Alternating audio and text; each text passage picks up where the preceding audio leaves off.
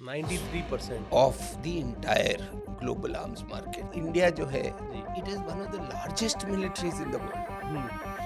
And हमारी जो equipment है कई लाखों करोड़ों रुपए की इक्विपमेंट है। कुछ देर पहले तक हम दुनिया में सबसे बड़े इंपोर्टर थे, सबसे बड़े। सबसे बड़े। हाँ, 1929 में अमेरिका में ग्रेट डिप्रेशन हुआ था। जी 1939 में सेकेंड वर्ल्ड वॉर हुआ। जी मात्र 10 साल बाद जी। ये लड़ाई खत्म हो गई 1945 में। हम्म आज 2025 है, हम्म 80 साल बीत गए हैं इस बात को। हम्म आज भी यही 8 का अगर आप टोटल आर्म्स मार्केट में कंट्रीब्यूशन देखेंगे तो they control 93% of the entire global arms market. आज के दिन पिछले 6-7 साल के, ये मेक इन इंडिया का प्राइम एग्जांपल ये बता रहा हूँ। Today India is the largest manufacturer of artillery guns in the world. बहुत ही कमाल का आपने इंसाइट दिया sir, thank you so much. अगर कोई मेरे को ऑफ विजय जब हुआ था, कारगिल की लड़ाई जब हुई थी, उस टाइम पे ड्रोन नहीं उड़ते थे, नहीं उड़ते। इलेक्ट्रॉनिक वॉरफेयर शुरू हो गया, जी इलेक्ट्रॉनिक इंटेलिजेंस निकलनी शुरू हो गई। तो कई सारी ऐसे रोल्स हैं, साइबर वॉरफेयर। आपके पास में एक बार ये काबिलियत आ गई और आपके पास में इंफ्रास्ट्रक्चर है, तो it is very easy to kind of respond to changing nature. One of the bigger takeaways from this is the corridors are live kind of organizations. जी They will continuously keep responding to newer warfare. Every country is protecting its own interests. जैसे अभी नए president बने हैं तो उन्होंने immediately वो शुरू कर दिया है कि ये नहीं होगा, ऐसे होगा, टैरिफ लगेगा। मैं सिर्फ समझना चाहूँगी क्या ऐसा हमारा कोई स्टार प्रोडक्ट है अभी तक जो हमने अपने डिफेंस कॉरिडोर से हमने अपने यहाँ मैन्युफैक्चर किया, जिसको लेके हमें बहुत फक्र महसूस होना चाहिए?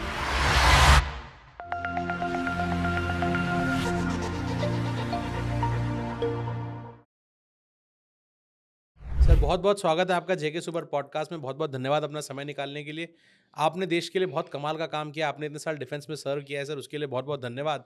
और आज आपसे एक बहुत ही कमाल टॉपिक पे बातचीत होगी सर, बहुत ही कमाल टॉपिक पे ये पॉडकास्ट है हमारा डिफेंस कॉरिडोर के ऊपर। लेकिन उससे पहले थोड़ा जानते हैं सर के बारे में। आज सर कैसे हैं आप? मैं बिल्कुल ठीक हूँ, थैंक यू वेरी मच मुझे जी यहाँ बुलाने के लिए। और अच्छा टॉपिक है, मुझे बहुत खुशी है कि आप लोग इस तरह के जो बहुत रेलेवेंट टॉपिक्स हैं जी उनके ऊपर पॉडकास्ट बना रहे हैं। जी और ये जो अवेयरनेस है जो बहुत ज़रूरी है, जी। ये जनता में फैला रहे हैं। बहुत थैंक बहुत यू वेरी मच। बहुत बहुत धन्यवाद सर।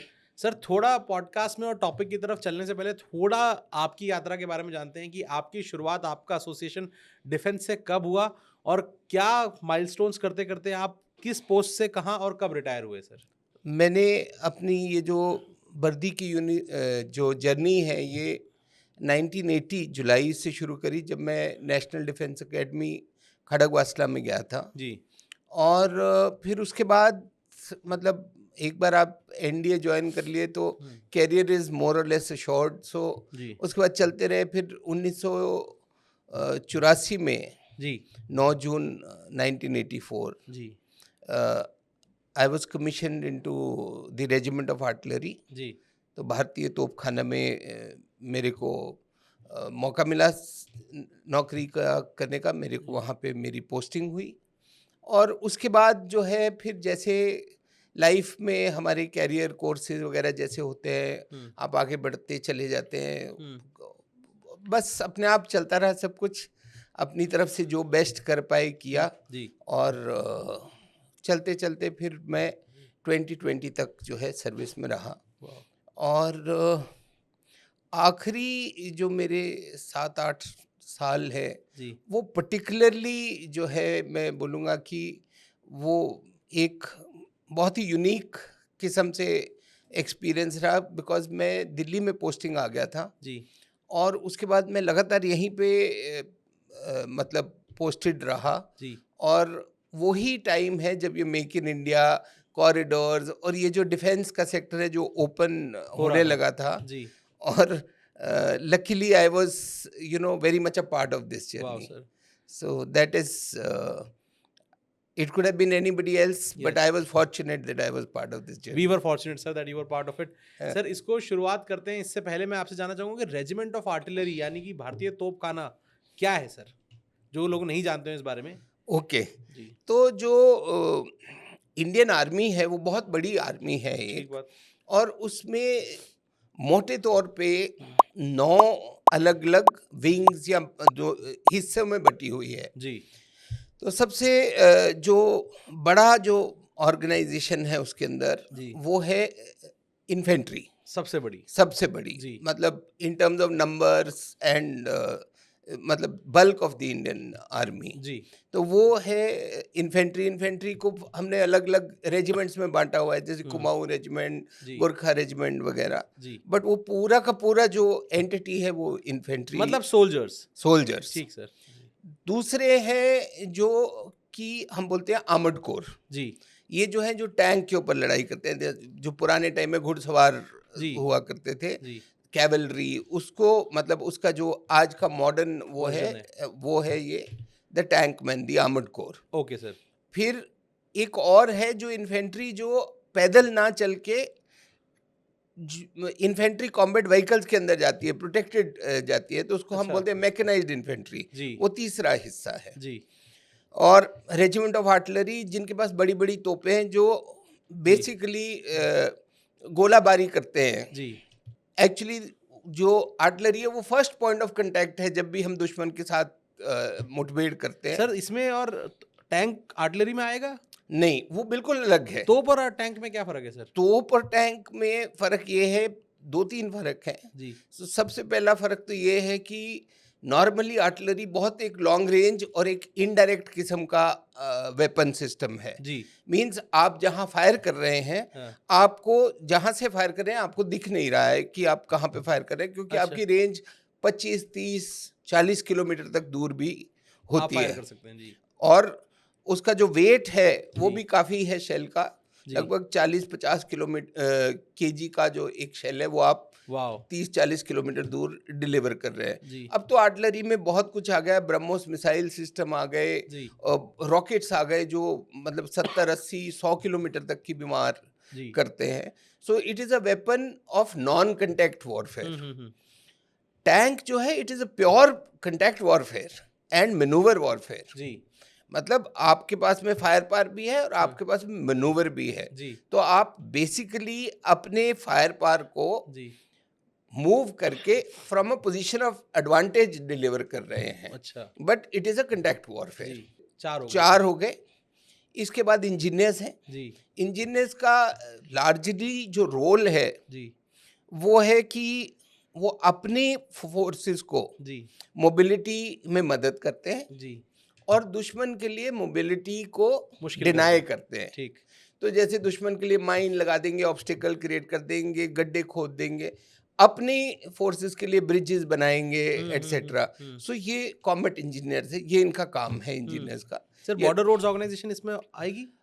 बॉर्डर रोड्स में काफ़ी जो मैन पावर है वो इंजीनियर से जाती है, जी, उनके जो सीनियर लीडरशिप है इंजीनियर से जाती है। जी, बट एज एन ऑर्गेनाइजेशन वो एक अलग है। इंडिपेंडेंट ठीक है ऑर्गेनाइजेशन सर। है। जी, जी, सो ये 5 हो 5 गए। हो गए। जी, इसके बाद में सिग्नल्स है जो कम्युनिकेशंस के लिए है, बिकॉज़ जी, आजकल बहुत इम्पोर्टेंट। कम्युनिकेशन बहुत बेसिक चीज़ है। अब तो कम्युनिकेशन से बहुत ज़्यादा आगे चले गए, जी, बिकॉज़ अब वो इन्फॉर्मेशन वॉरफेयर शुरू हो गया है। जी, अब जो है आपने डिनाई करना है एनिमी को कम्युनिकेशन, जी, इलेक्ट्रॉनिक वॉरफेयर शुरू हो गया है। जी, इलेक्ट्रॉनिक इंटेलिजेंस निकलनी शुरू हो गई। तो हुँ, कई सारी ऐसे रोल्स हैं, साइबर वॉरफेयर। जी, तो ये सब जो है सब कुछ सिग्नल्स के पास लार्जली नहीं आता है, hmm, but they form probably that is the larger gamut of things. Understood sir. It is not just communication, it is जी, मोर। जी, जी, अंडरस्टूड। उसके बाद लॉजिस्टिक्स है हमारे ठीक है। पास में। एक है जो लॉजिस्टिक्स है जो बेसिकली कंप्लीट आर्मी को मूव वगैरह करते हैं, उसको बोलते हुँ, हैं सप्लाईज एंड ट्रांसपोर्ट। जी, तो उसको आर्मी सर्विस कोर है, जी, एएससी। जी, दूसरा आर्मी ऑर्डिनेंस कोर। जी, और आर्मी ऑर्डिनेंस कोर का जो रोल है जी, वो बेसिकली जो वॉर लाइक मटेरियल है जी, उसको हमें सप्लाई करना है, लार्जली एमिनिशन। जी, जो सप्लाई जो आर्मी सर्विस कोर है उसकी सप्लाईज जो है वो सस्टेनेंस की तरफ जाती है। जी, फ्यूल, राशंस, ट्रांसपोर्टेशन, हुँ, इनकी जो है ये बेसिकली जाती है आपकी ammunition is a ji, primary thing, ji, and then they have other warlike materials, ji, weapons वगैरह जी, सब इनके थ्रू जी, सप्लाई होते हैं. जी, सो ये दो विंग्स हैं जो लॉजिस्टिक्स के विंग हैं. जी, जी, और फिर छोटी मोटी और ऑर्गेनाइजेशंस हैं, मतलब जी, they are very important ones, but जी, साइज में इंटेलिजेंस हो गई जी, वगैरह इस जी। तरह से. सर इतने सारे मैंने डिफेंस के पॉडकास्ट देखे हैं पर इतना डिटेल में एक पूरी ऑर्गेनाइजेशन किन किन उसमें डिवाइडेड है मैंने सर अब तक नहीं सुना था. बहुत ही कमाल का आपने इंसाइट दिया sir, thank you so much. तो आप इसके अंदर रेजिमेंट ऑफ आर्टिलरी में रहे, मैं रेजिमेंट ऑफ आर्टिलरी थ्रू में आउट रहा. इसी में रहे. सो एक्चुअली ये भी एक मतलब इंटरेस्टिंग है. जैसे मैं रेजिमेंट ऑफ आर्टिलरी में कमीशन हुआ तो शायद अगले 5 साल बाद 10 साल बाद हाँ. जब तक मैं हूँ, मेरे से कोई पूछेगा कि आपकी आइडेंटिटी क्या है तो मैं रेजिमेंट ऑफ आर्टिलरी ही बोलूँगा. जी, वैसे ही इन्फेंट्री वाले इन्फेंट्री बोलेंगे, और जी, सब अपने अपने आइडेंटिटी को बहुत चेरिश करते हैं. जी, जी, जी, लेकिन आपके सवाल का जो एक दूसरा जवाब ये है कि हम सब लोग जो है अपनी अपनी वो जो रेजिमेंट्स हैं जिसका हमने अभी जिक्र किया, जी, उसके अंदर हम लगभग पहले 20 साल बिताते हैं. अच्छा, उसके बाद में हम सबको जो है, बिकॉज सबसे बड़ा एक बटालियन का जो सबसे बड़ा लीडर होता है उसको कमांडिंग ऑफिसर बोलते हैं. उसके जी, बाहर जब आप निकल के तो आपका सारा रोल लार्जली एडमिनिस्ट्रेटिव लीडरशिप जी, और हायर लीडरशिप की तरह चला जाता है. तो वहाँ पे रोल थोड़े बहुत इंटरचेंज हो होने सकते हैं. लगते हैं.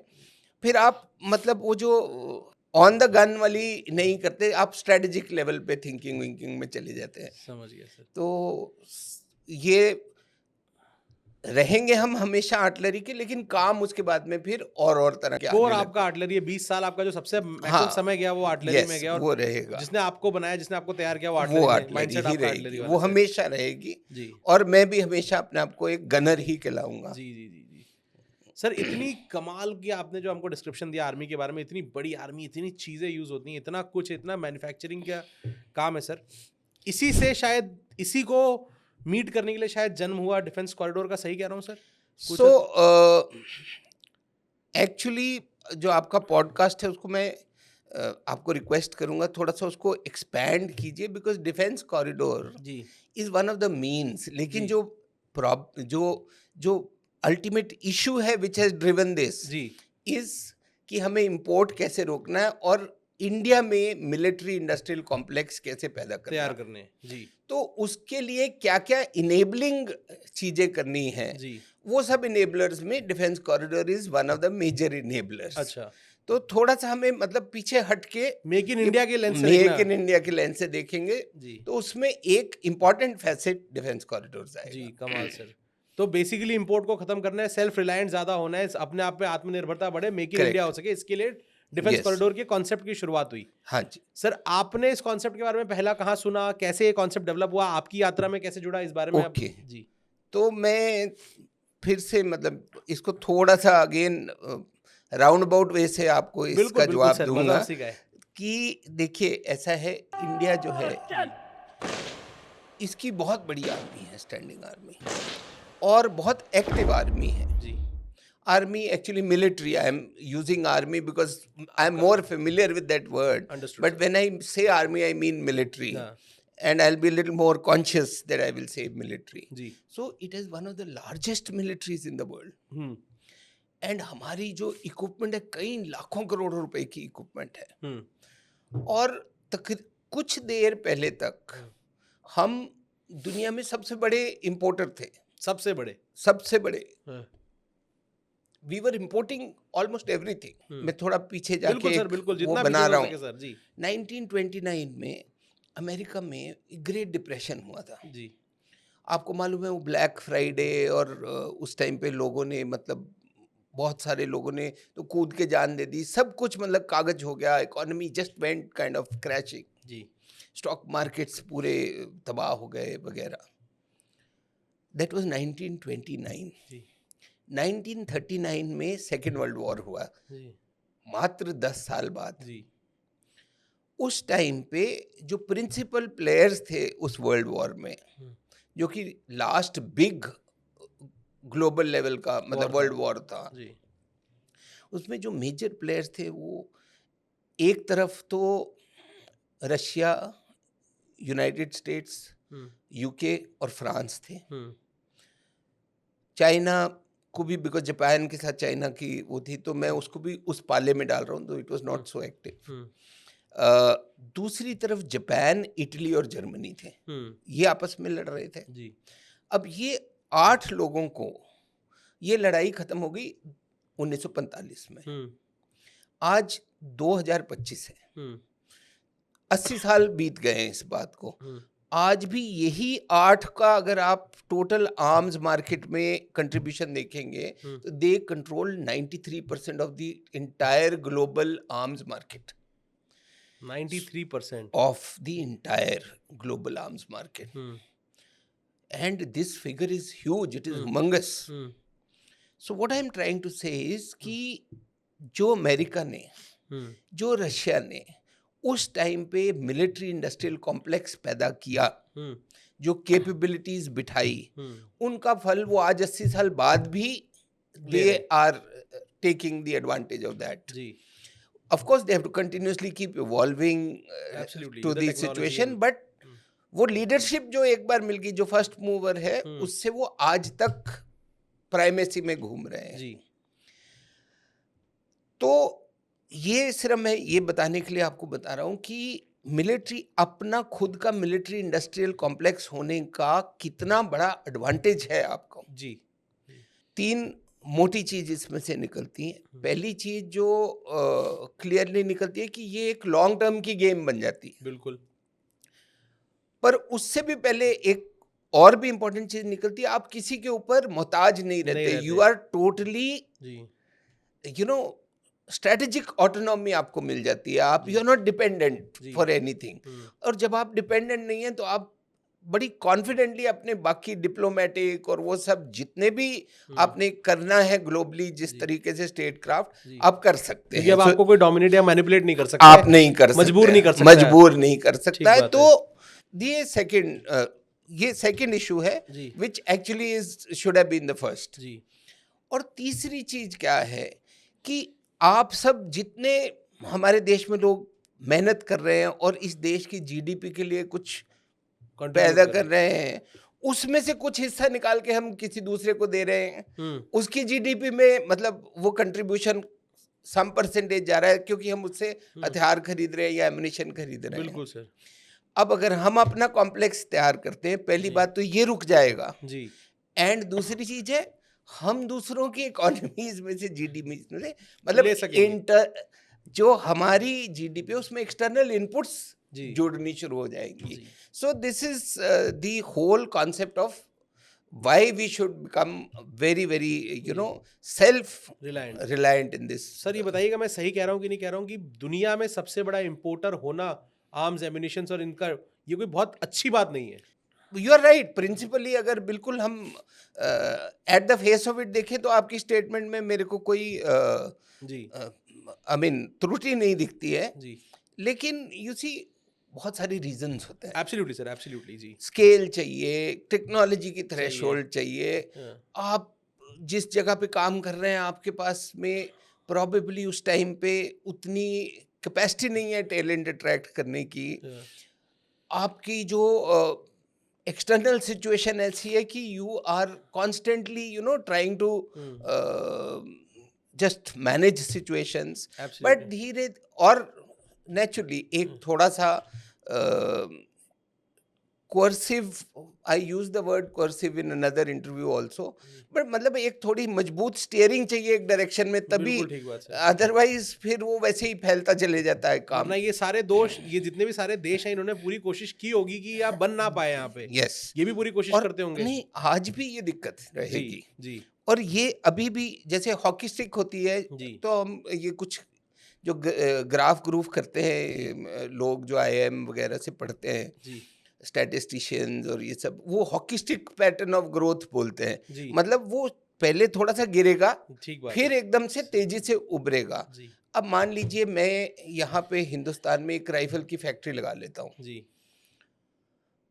चूंकि मैंने अभी नई फैक्ट्री लगाई है तो मेरे पास में बहुत सारी कॉस्ट जो हैं, जो नॉन रिकरिंग एक्सपेंडिचर है, जी फैक्ट्री सेटअप करना, लोगों को ट्रेन कराना, शुरू की प्रोडक्शन डालना, जी प्रोडक्शन में भी थोड़ा एक लर्निंग कर्व होता है जी वगैरह। जी तो शुरू में शायद मेरी राइफल जो है हाँ वो एक बाहर से इंपोर्टेड राइफल से ग्लोबल स्टैंडर्ड की ना हो जी थोड़ी महंगी होगी, अच्छा महंगी होगी जी थोड़ी महंगी होगी, 2-4 टके महंगी होगी। जी लेकिन होता क्या है, मुझे उस कर्व को क्रॉस करना है। जी जी जी सी, मैं जिस फैक्ट्री से पहली 100 राइफल निकाल रहा हूँ, हम्म मेरे कंपटीशन में जो है वो ऑलरेडी 10 मिलियन राइफल बेच चुका है, हम्म उसकी फैक्ट्री फ्री है उसके लिए, हम्म। उसके पास में 30 साल से एक इकोसिस्टम बना बैठा है, जी उसके वेंडर उसके साथ इतने सालों से जुड़े हुए हैं। जी मैं हर चीज नहीं कर रहा हूँ, हाँ तो नेचुरली मुझे कॉम्पिटिटिव होने के लिए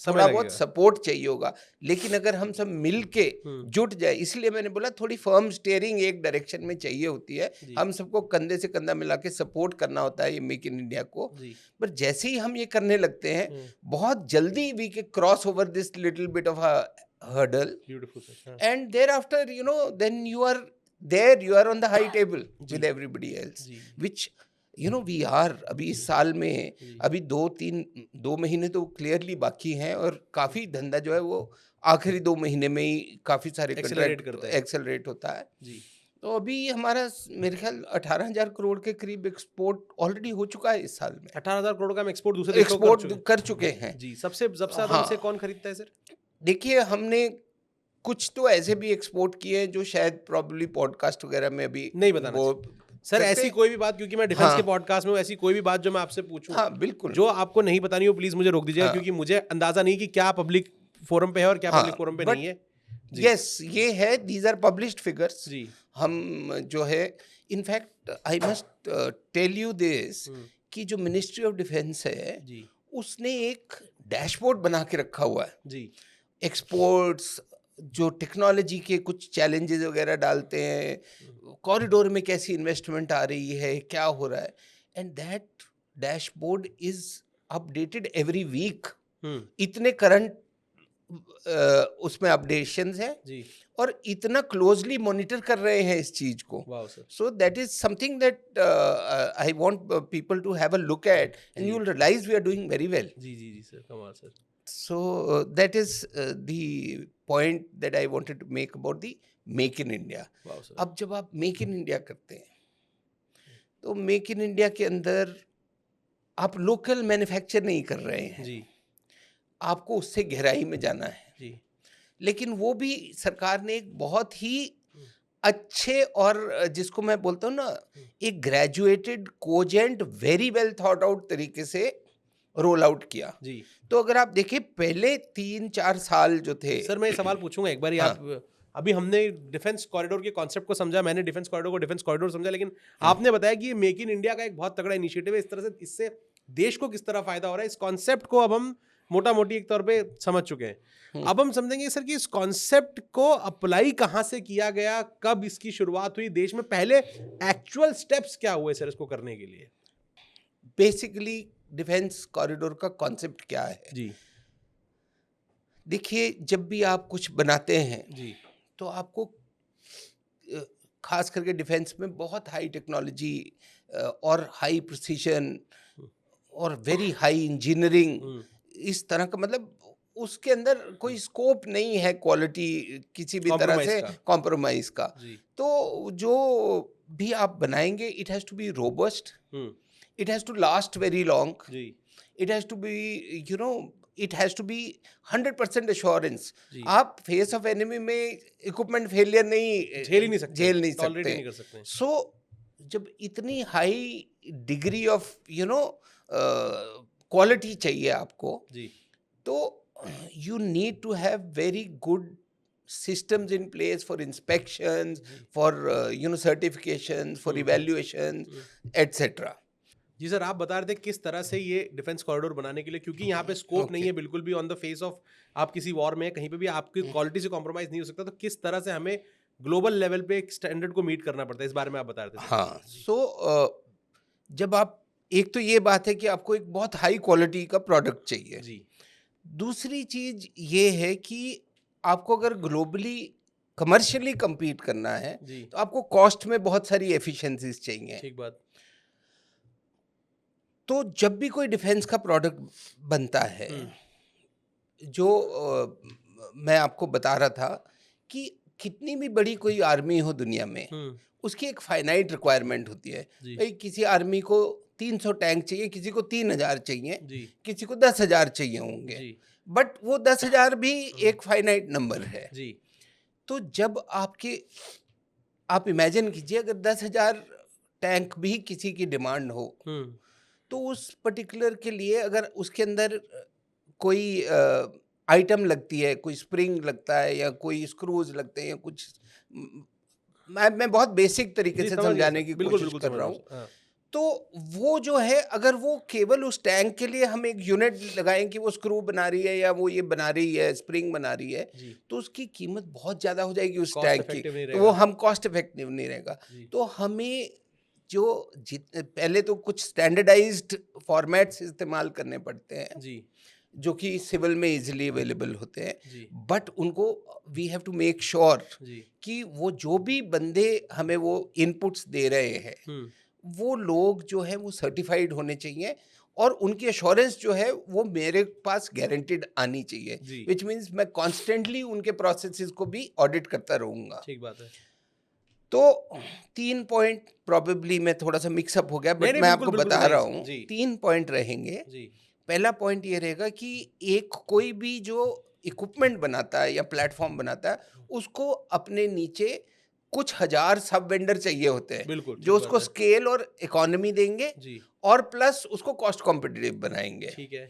दूसरी चीज, उसको जो है आपको कॉन्स्टेंटली उन सबको भी एक certain level of you know inspection, efficiency और इंस्पेक्शंस के अंदर रखना पड़ेगा। ठीक बात है।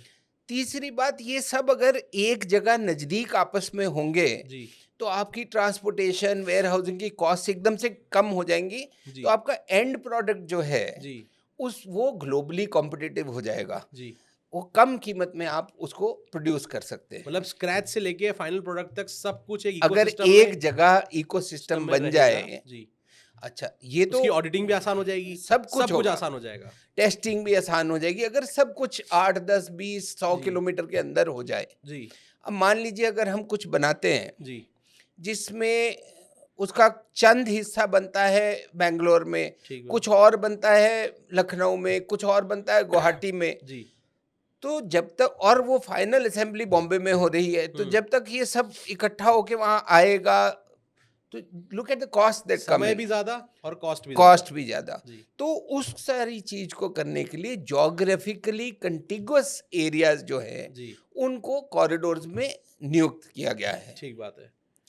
So this is principally the concept जी, ऑफ अ डिफेंस कॉरिडोर। जी, वहां पे आपको सब जो स्टेक होल्डर्स हैं, जी, चाहे वो टेक्नोलॉजी प्रोवाइड कर रहे हैं, जी, चाहे वो डिज़ाइन प्रोवाइड कर रहे हैं, हुँ, वो टियर 3, टियर 2 मैन्युफैक्चरर्स हैं जो कंपोनेंट्स, पार्ट्स आपको दे रहे हैं, जी, वो ओईएम्स हैं जो फाइनल प्लेटफॉर्म मार्केट में उतार रहे हैं, जी, या वो सर्टिफिकेशन और टेस्टिंग एजेंसीज हैं, वो सब एक ही कॉरिडोर कंटिगुअस से एरिया में जी, होने से, जी, that is the broad concept of defence corridor. जी, अच्छा, अब कॉन्सेप्ट तो हो गया, जी, लेकिन इसको ऑपरेशनलाइज करने के लिए हुँ, आपको, मान लीजिए आपका एक ट्रेडिशनल बिजनेस है, वो चंडीगढ़ में है, किसी दूसरे का बिजनेस जो है वो तमिलनाडु में है या तमिलनाडु में कहीं पे है, किसी तीसरे का आंध्रा में है। आंध्रा में, तो वो सब एक साथ क्यों आएंगे? Why would they relocate? जी, तो उसके लिए कुछ एक फैसिलिटीज प्रोवाइड करता है ये। जी, पहली चीज है, ऑब्वियसली इट इम्प्रूव्स एफिशिएंसीज। जी। तो कॉरिडोर के बेसिक प्रिंसिपल्स ये हैं, वो प्लग एंड प्ले आर्किटेक्चर देते हैं कि आप आइए, फैक्ट्री लगाइए, आपको पानी, बिजली, सिक्योरिटी, अच्छा सर, ये सब ऑलरेडी मिलेगा। हाँ सर, एक बारी मैं सवाल को पूछ लेता हूँ कि कॉम्प्लेक्स जिस कॉम्प्लेक्स की हम बार-बार बात कर रहे हैं, इस कॉम्प्लेक्स के बेसिक कंपोनेंट्स क्या है जिसकी वजह से कोई भी बिज़नेस अपनी जगह के साथ-साथ यहाँ भी बिज़नेस करने में इंटरेस्टेड होगा सर? सो बेसिकली हुँ, अभी दो चीज है, मैं मिलिट्री इंडस्ट्रियल कॉम्प्लेक्स की बात कर रहा हूँ। जी, which means that ये पूरी चीज जी which starts with not only the physical part of it, the technological part as well, ji the culture in a society ji to contribute towards nation. nation building in any which way. जी ये सब चीज मिलके the business of it, ji the competitiveness to fight business globally, जी ये सब चीजें जो हैं this go on to make a very healthy military industrial complex. जी जैसे America is a very big hmm defence industrial complex in the world. जी मैं यही पूछना चाहता सर आपको हाँ. कि वर्ल्ड में अगर आपको बताना हो कि एक दो ऐसे मिलिट्री इंडस्ट्रियल कॉम्प्लेक्सेस जो बहुत ही एक बेंचमार्क है, तो आप कहाँ के बारे में जिक्र तो करेंगे? Obviously USA is the leader by far, जी by actually by very wide margin. हाँ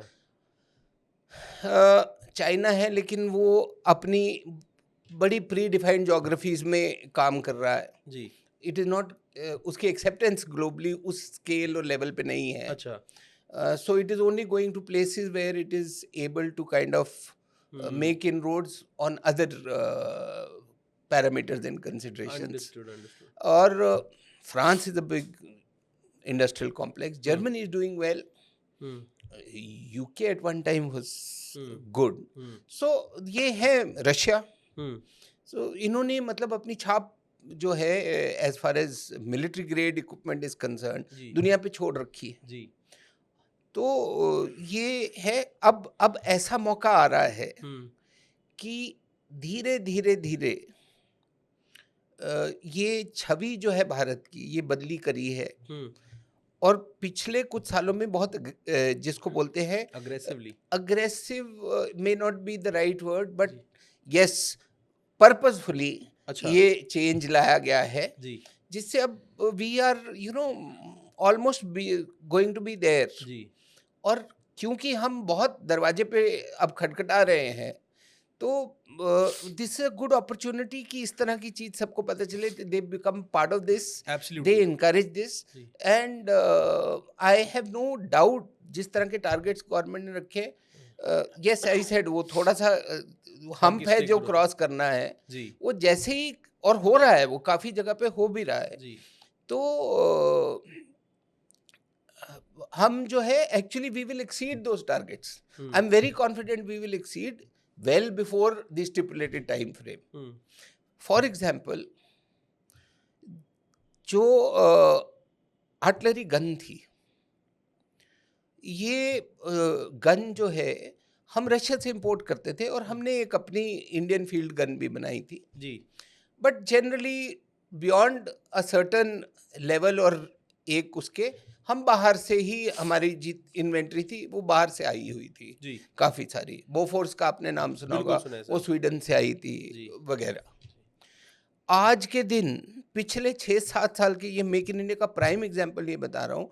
today India is the largest manufacturer of artillery guns in the world and this change has happened in the last 6-7 years.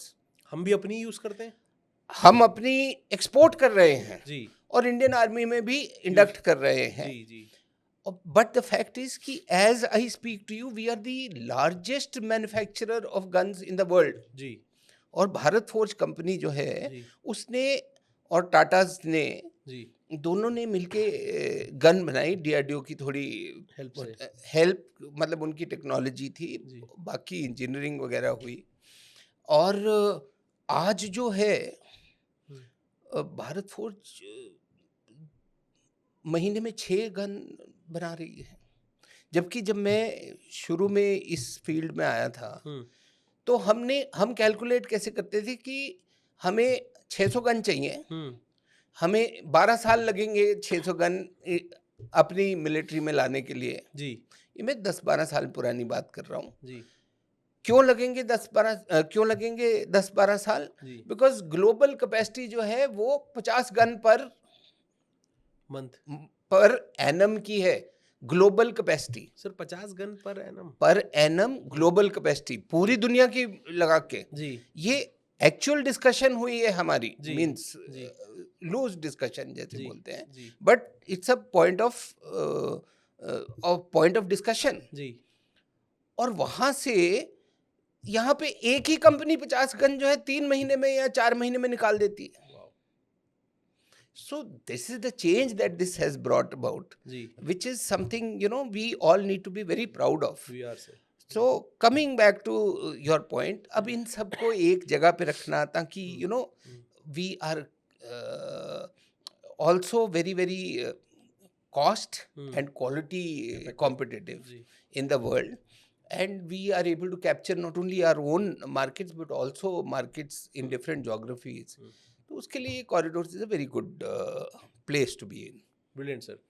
Sir ये corridor जो बन रहे हैं, जो हाँ। तैयार हो रहे हैं, जो कॉन्सेप्ट है, हम्म। ये एक पहला तो मैं आपसे ये सवाल पूछना चाहूंगा कि एक अच्छा कॉरिडोर में क्या क्या कंपोनेंट्स होते हैं सर? जैसे आपने प्लग एंड प्ले बताया, ऐसे करके और क्या क्या टेक्नोलॉजी के So, साथ एक अच्छा कॉरिडोर क्या होता है? आपको उस कॉरिडोर को 3-4 चीज में देखना है। एक तो रियल एस्टेट, जी, आपको एक ऑब्वियसली लैंड अक्वायर करना है जी, इस पर्पस के लिए, और उसके बाद में by some process the right kind of people should be invited to set up their establishments there. जी, So there is one thing of getting unhindered, unfettered land जी, in parcels and putting it across, which is happening. जी, जैसे UP corridor में लगभग 5100 hectares, 5100 hectare के करीब जी, इन्होंने year mark किया है 6 नोड में अलग अलग जगह पे, जी, जिसमें 1600-1700 ऑलरेडी एक्वायर होके आगे मतलब फंक्शनल है, फंक्शनल नहीं बट इन द प्रोसेस है, रोल आउट शुरू हो गया है. जी, सो एक तो लैंड है.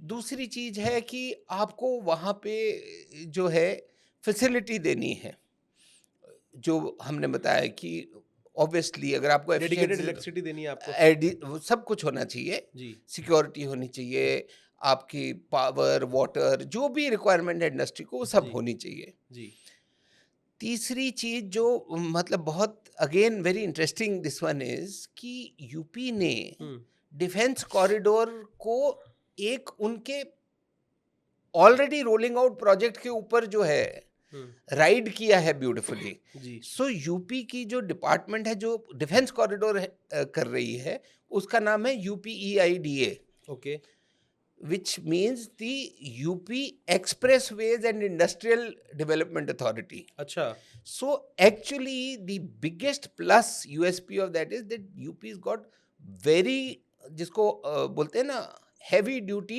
4-lane connectivity across this. आप जो भी कर रहे हैं so obviously they have to speak to each other. जी, जी, So communication is a very big plus point. Ji, And they're doing it for logistics. Ji. You have to make sure that whatever you make ji, must at the fastest get to the end user ji, or wherever you are intending to deploy it to. Ji, So this kind of very well developed infrastructure ji. etc is another thing.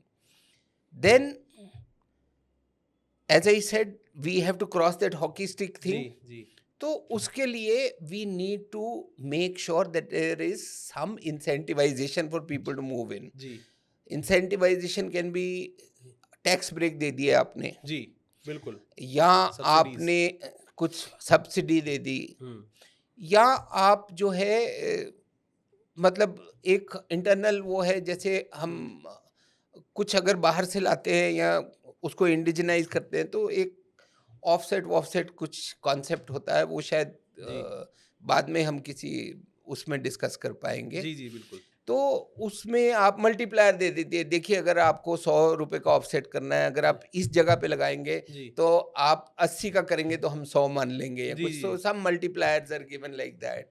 तो इस तरह की बहुत सारी advantages, capital की requirement मिल जाए, जी, so sanctions have been made easy मेरे ख्याल से कुछ प्लेटफॉर्म ऐसे बनाए गए। एवरीथिंग. सो जो कॉरिडोर के मतलब जो प्रोफेशनल लोग बात करते हैं who are associated actively with this, they talk of something called LLC, जी सर, क्या है? Land labour and capital. अच्छा, ये 3 मेजर रिक्वायरमेंट्स है जी, किसी भी कैपिटल को किसी भी कॉरिडोर को ऑपरेशनलाइज करने के लिए. Land, labour and capital. Capital, land sort कर दी है, लेबर का भी यूपी गवर्नमेंट ने जी. अच्छी पॉलिसीज निकाली है. एक्चुअली तमिलनाडु और यूपी में कॉरिडोर बने हैं. सर मेरा अगला सवाल यही था कि यूपी और तमिलनाडु क्यों? देखिए पहली बात तो ये जो 2 एरियाज हैं, जी, यूपी ट्रेडिशनली जब हमारी ऑर्डिनेंस फैक्ट्रीज वगैरह थी तब से एक बहुत बड़ा डिफेंस का जो है प्रोवाइडर था. जी, बहुत सारा वहाँ पे ट्रेडिशनल आर्म्स काइंड की ऑफ, फैक्ट्री है ही कानपुर में। हाँ, जी। हमारी ऑर्डिनेंस फैक्ट्रीज थी, जी। HAL ने वहाँ फैक्ट्री लगा रखी थी। जी। इस तरह से काफ़ी वहाँ पे सेटअप था। जी। सो यूपी की जो एडवांटेजेस जो हैं, एक तो उन्होंने बहुत प्रोएक्टिवली जो है, first you must know that it is one of the largest economies in India absolutely. as far as UP is concerned. जी। Labor pool is very big. They जी। have made some beautiful, flexible labor policies. policies for these defense corridors. जी। Then जो उनकी connectivity है, it is really doing very well. I think it is the state which has got the maximum number of expressways coming. So highways, you 4 lens. highways, everything is come up. Tamil Nadu, on the other end, जी। has been a traditional hub of, precision manufacture etc. जी। वहाँ पे भी बहुत इस तरह की companies रही हैं। जी। लक्ष्मी मशीन वर्क्स है, LNT जी। ने जी। कोयम्बटूर में लगा रखी। जी। इनफैक्ट कोयम्बटूर में एक ऑर्गेनाइजेशन है, Coimbatore district small scale industrial organisation association, जी। कुडिसिया बोलते हैं, वो काफ़ी पॉपुलर है वहाँ जी। पे। It is probably the largest industrial association in Asia. जी। It has more than 55,000 members अच्छा। active this thing. तो जी। बहुत, और वो भी बड़े proactively, and it's a very good organisation. तो जी। वही नहीं, ऐसी बहुत सारी हैं वहाँ पे. जी। ये मेरे को straight way came to my mind, so I जी। Said that. जी। So what I am trying to say is, वहाँ पे उनकी बहुत ट्रेडिशनल स्ट्रेंथ है. वहाँ जी। इंटरनेशनल एयरपोर्ट्स हैं, चेन्नई में है, जी। आपका कोयम्बटूर में है, Madurai. It's very well connected. 22 sea port है वहाँ पे. जी। सो एक्सपोर्ट के लिए भी। एक्सपोर्ट और सम छोटा मोटा डिफेंस में जब आप बोलते हैं कि मैं पूरी तरह से इंडिजिनस सामान बनाऊंगा, जी। इट डजंट मीन कि कुछ आएगा ही नहीं। कुछ आएगा ही नहीं. छोटा मोटा कोई कंपोनेंट आप, बिकॉज आपका, जैसे मैं आपको एक उदाहरण दे रहा था, अगर आपने मान लीजिए 500 टैंक बनाने हैं, तो जब तक, या शिप बनाने हैं, तो शिप कितने आप 100 बनाएंगे. जी। 100 शिप्स इज बिग. जी। जी। जी। बट 100 शिप्स में अगर कोई एक पर्टिकुलर कंपोनेंट लगना है जो एक ही जी। शिप में लग सकता है, जी। तो 100 उसके लिए फैक्ट्री नहीं बनती ना. बिल्कुल। तो मे बी ग्लोबली 3-4 ही लोग उसको बनाएंगे, तभी जाके वो पूरी डिमांड जो है वो उसी में एग्जॉस्ट हो जाएगी, उसकी कॉस्ट इफेक्टिवनेस तभी आ सकती है तभी अगर आप उसे आएगी. इंपोर्ट तो करें। हाँ, सो ये जी। इंटरडिपेंडेंसीज रहेंगी. जी।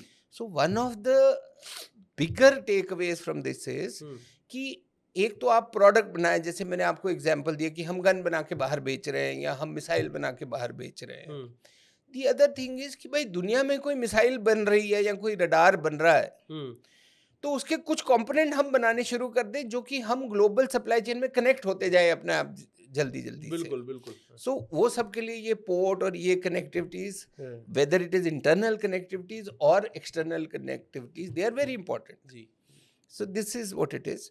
And both these states have rolled out very, very, proactive policies, defense and aerospace policies. जी. इन्होंने अपनी इंडस्ट्रियल पॉलिसी में चैप्टर निकाल रखे हैं डिफेंस और एरोस्पेस इसके लिए सिर्फ. इसके लिए. एंड नॉट ओनली दिस, आज 8 या 9 स्टेट्स ने निकाल रखे हैं. अच्छा. पिछले हफ्ते Assam is now pitching for मैंने देखा था. हाँ, हेमंत बिस्वा शर्मा हाँ, जी. वो भी बोल रहे हैं कि एक इधर भी कॉरिडोर लगना चाहिए. जी. So it's an idea which is really taken root well. जी. And it will only become better as time goes by. अगर ये सही से एग्जीक्यूट हुआ तो हम लोग कहीं और होंगे ग्लोबली, हम लोग अलग ही. क्या कहेंगे सर आप इस बारे में? देखिए, ये जो है ये भी बहुत सिंपलिस्टिक व्यू रहेगा. जी. Execution is hostage to many factors. जी. आप एक तरफ से बहुत इनकरेज कर रहे हैं, पॉलिसी पुश दे रहे हैं, प्रोसेसेस रिफॉर्म कर रहे हैं, और फिजिकली जो भी आप बोल रहे हैं एक्चुअली आप उसको ग्राउंड पे डिलीवर भी कर रहे हैं. जी. This is from the side of enabling the जी. इंफ्रास्ट्रक्चर, जी. Creating that complex that I keep speaking जी. ऑफ. दूसरी तरफ आप जो डिमांड साइड है वो भी नेचुरली है, आपकी अपनी डिमांड है which is internal to the nation, and उसके बाहर आप एक्सपोर्ट्स में भी पुश कर रहे हैं उस डिमांड को जी. एक्सपैंड करने के लिए. जी. बट लार्जली डिफेंस का जो एरिया है उसके अंदर सब जो फाइनल एक्ट ऑफ प्रोक्योरमेंट होती है, it is under deep public scrutiny because it is public money that is being, so public जी accountability kicks in. जी So the processes, though you can accelerate them, जी have to follow a certain way, guideline जी guideline. जी Similarly, the you can actually invite the industry, जी but industry is also accountable to its own जी management in a manner that it has to do business for profit. जी जी So बिल्कुल when all this clicks together, जी then it rolls much faster. जी So there will always be something that will move faster, something that will move a little slower, जी but overall let me tell you, we are moving in the right direction जी and we are moving at a very good pace. Pace ठीक बात है sir That is the good जी part. जी sir अगला सवाल जो मैं आपसे पूछना चाहूंगा और अगर आप इसका जवाब दे सकें तो ही दीजिएगा सर मुझे नहीं पता मैं सही सवाल पूछ रहा हूँ नहीं पूछ रहा हूँ जैसे आपने बताया कि हम बिगेस्ट मैन्युफैक्चरर है आर्टिलरी गन्स के सही कह रहा हूँ सर सबसे बड़े मैन्युफैक्चरर है दुनिया के अंदर आज के दिन आज के दिन हमारी कैपेसिटी हाईएस्ट है. हाईएस्ट है यस. और ये कॉरिडोर की वजह से संभव हुआ है सही कह रहा हूँ नहीं, कुछ रह जाएगा ये गवर्नमेंट की पॉलिसीज के जी कारण संभव हुआ है. ये कुछ एक विजनरी हमारे बिजनेस लीडर्स हैं जी। उनके कारण संभव हुआ है. जी it is a lot of things as I said that have to सब कम साथ में टुगेदर जी जी जिससे संभव हुआ है. yeah, बिकॉज जो गन मैन्युफैक्चरिंग की फैसिलिटीज है जी वो शायद ऑल ऑफ देम जी are outside the corridor. Corridor ठीक बात है सर तो सर अभी हमारे कॉरिडोर से का हमारा आगे फ्यूचरिस्टिक क्या व्यू है सर हम आगे क्या बनाने जा रहे हैं क्या क्या चीज़ें हम मैन्युफैक्चर करने जा रहे हैं कुछ ऐसी चीज़ें जो कॉन्क्रीट है कि ये तो हम बनाने जा ही रहे हैं इस बारे में कुछ बता सकते हैं सर आप हाँ, एक्चुअली गवर्नमेंट इज इनकरेजिंग. जी दो चीज है. जी इंडस्ट्रियल एज जो थी, जी जो आई वुड से पिछले दशक नहीं क्या सेंचुरी में थी, जी we were in the industrial age. जी उसमें वॉरफेयर जो था वो इंडस्ट्रियल फॉर्म ऑफ वॉरफेयर था. तो उसके अंदर बड़ी बड़ी तोपें, बड़े बड़े गोले, बड़े मतलब it was with very heavy kind of engineering pieces. जी At the turn of this 21st century, जी we have gone into the information age. बिल्कुल सर और इसके अंदर वॉरफेयर जो है उसका डोमेन थोड़ा सा और डोमेन्स उसमें ऐड होने शुरू हो गए हैं. जी सो अगर देखा जाए तो अभी जो कैरेक्टर है वॉरफेयर का जी वो पुराना भी रहेगा कायम, लेकिन और नए नए तरीके जुड़ते चले जा रहे हैं. जी सो आगे अब ये कैसे, जैसे अगर कोई मेरे को ऑफ विजय जब हुआ था, कारगिल की लड़ाई जब हुई थी, जी तो उस टाइम की लड़ाई में आप सबने देखा है, फॉलो जी, किया है, आप जी, जानते हैं जी उस टाइम पे ड्रोन नहीं उड़ते थे. नहीं उड़ते थे सर अभी जो यूक्रेन में रशिया की लड़ाई हो रही है वो केवल ड्रोन ही मतलब मेजर उसमें Component बहुत ही सिग्निफिकेंट रोल कर रहे हैं. जी लेकिन इसका ये मतलब नहीं है कि आर्टिलरी का काम खत्म हो गया या टैंक का काम खत्म हो गया. वो भी उतनी थोड़ा ज्यादा और जो है एलिमेंट्स ऐड होते जा रहे हैं इसके अंदर. जी but so how this, so the corridors are live kind of organizations. जी They will continuously keep responding to The newer warfare, form of warfare. warfare, but as long as you have this capacity जी and as long as it is evolving and growing the way it is, जी we are in a very good space because then it can respond to any this thing. आपके पास में एक बार ये काबिलियत आ गई जी और आपके पास में इंफ्रास्ट्रक्चर है तो it is very easy to kind of respond to changing nature of the demand. जी सर एक सवाल मेरा ये शायद एक बहुत ही उतना गहरा सवाल नहीं है सर मैं सिर्फ समझना चाह रहा हूँ कि क्या ऐसा हमारा कोई स्टार प्रोडक्ट है अभी तक जो हमने अपने डिफेंस कॉरिडोर से हमने अपने यहाँ मैन्युफैक्चर किया जिसको लेके हमें बहुत फक्र महसूस होना चाहिए. देखिए हमारे पास बहुत सारे प्रोडक्ट्स हैं जो जी हम अभी एक्सपोर्ट भी कर रहे हैं. जी और हिंदुस्तान में मैंने आपको बताया जी हमारे आर्टिलरी गन्स हैं, हमारे रॉकेट सिस्टम्स हैं वो एक्सपोर्ट हो रहे हैं, जी हमारी मिसाइल्स हैं एक्सपोर्ट्स हो रही हैं, जी या और कस्प पे है, जी बातचीत हो गई है जी एटसेट्रा. और ऐसा बहुत कुछ। क्राफ्ट हाँ, उसके बारे में मैं इतना शायद अभी मेरी उतनी नॉलेज नहीं, ऑफ जी हैंड नहीं है। जी जी I can probably sure sir sure find out and not a late. Problem sir हाँ, बट यस, वी आर, ये जो 17,685 करोड़ का फिगर दिखा रहे हैं जी आज का उनके डैशबोर्ड पे, जी this is a whole lot of things. जी Quite a lot of it is, as I said, at component and understood that level which we are जी supplying to global this thing. जी जी Ammunition जो है उसके कुछ मतलब components हम export करते हैं, जी तो बहुत वो है. जी अ, एक और मैं इसके बारे में आपको मतलब opportunity के बारे में बताना चाह रहा हूँ. जी See what happens is, जब ग्लोबली इस समय दुनिया भर में कुछ ऐसी सिचुएशन पैदा हो रखी है कि 2-3 जगह जो है वो लड़ाई चल या रही है उस तरह का कुछ माहौल पैदा हुआ है. तो ऐसे माहौल में क्या होता है, डिमांड सडनली बढ़ जाती है. हम नहीं किसी के साथ, we are at peace, at but somewhere some in the globe somewhere there is tension, जी or there is some kind of military action going on. उसके कारण जो है डिमांड एकदम से बढ़ती है. जी जैसे ही डिमांड बढ़ती है तो जो सप्लाई है उसके ऊपर प्रेशर आता है, बिकॉज ये एक ऐसी इंडस्ट्री है जिसमें उतनी ही सप्लाई रहती है जितनी डिमांड एक नॉर्मल ठीक है रूटीन में फुलफिल करने की होती है. जी उसके ये कोई साबुन तेल वाला तो है नहीं कि आप बना दो बिकते रहेंगे बिकते रहेंगे.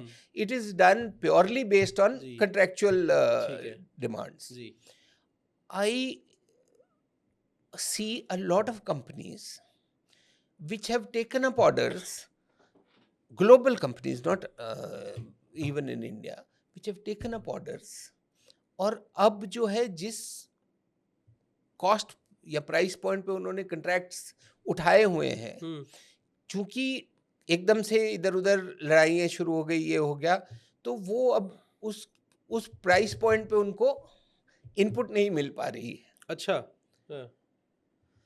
बिकॉज मैंने एक छोटी फैक्ट्री लगाई, मैं आपको एक सब सिस्टम दे रहा हूँ किसी चीज का, और मैं हर महीने 3 बनाता हूँ, और आपने आगे ठेका ले रखा है, आप एक साल में जो है 36 बेच रहे हैं, तो वो हमारा बहुत ब्यूटीफुल बैलेंस हो रखा है प्रोडक्शन लाइन का. जी सडनली लड़ाई के कारण आपके ऊपर ऑर्डर आ जाते हैं 36 की बजाय 100 का. जी अब मेरे को जब आप मांगते हैं 100 के लिए, जी तो मैं तो उतनी सी कैपेसिटी लेके बैठा हुआ हूँ, ठीक बात तो मेरे पास यही मौका है कमाने का, हाँ, मैं कीमत बढ़ाता हूँ. जी या आपने जो कॉन्ट्रैक्ट उठा रखा है, जी चूंकि मेरे पे अब 3 लोग मांग रहे हैं, तो मैं भी अपने आप को 3 जगह पे बांटने की कोशिश करूंगा. जी so actually speaking supply side में कंस्ट्रेंट आना शुरू होता है. ठीक बात this is India's opportunity to Wow, get hooked into the system. क्या बात है जी अंडरस्टैंड? अंडरस्टूड सर बिकॉज हम कॉस्ट कॉम्पिटिटिव हमेशा रहेंगे. रहेंगे हाँ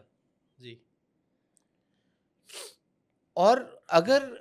और ये बाहर से लोगों को पता चल रहा है, आजकल बहुत बड़ी बड़ी कंपनियां इंडिया से जी सप्लाई चेन में जुड़ना चाह रही हैं. जी ये अगेन जो मैंने आपको बताया, ये इन थ्योरी एक सिंपलिस्टिक सी तरीके से समझाया है. समझ गया हूँ sir every country is protecting its own interest. So फिर कई तरह के बैरियर्स और ये वो, जैसे अभी नए प्रेसिडेंट बने हैं तो उन्होंने हाँ। इमीडिएटली वो शुरू कर दिया है कि ये नहीं होगा, ऐसे होगा, जी, टैरिफ बढ़ा लगेगा. दिए टैरिफ तो वगैरह वो सब फिर अपने अपने तरीके से सब अपने इंटरेस्ट को प्रोटेक्ट रोकने करते की हैं. कोशिश तो हमें पूरी होगी सब करते हैं ना. जी, जी, इट इज जी. That is the way it is. जी जी जी बिल्कुल but at the end of the day the time has come, we will be there. जी Ultimately, the better commercial sense will prevail. जी सर बहुत बहुत धन्यवाद अपना समय Thank देने के you लिए very सर. much. बहुत बहुत धन्यवाद अपना समय हमें नहीं देने के लिए. बहुत बहुत धन्यवाद अपना समय देश को देने के लिए भी.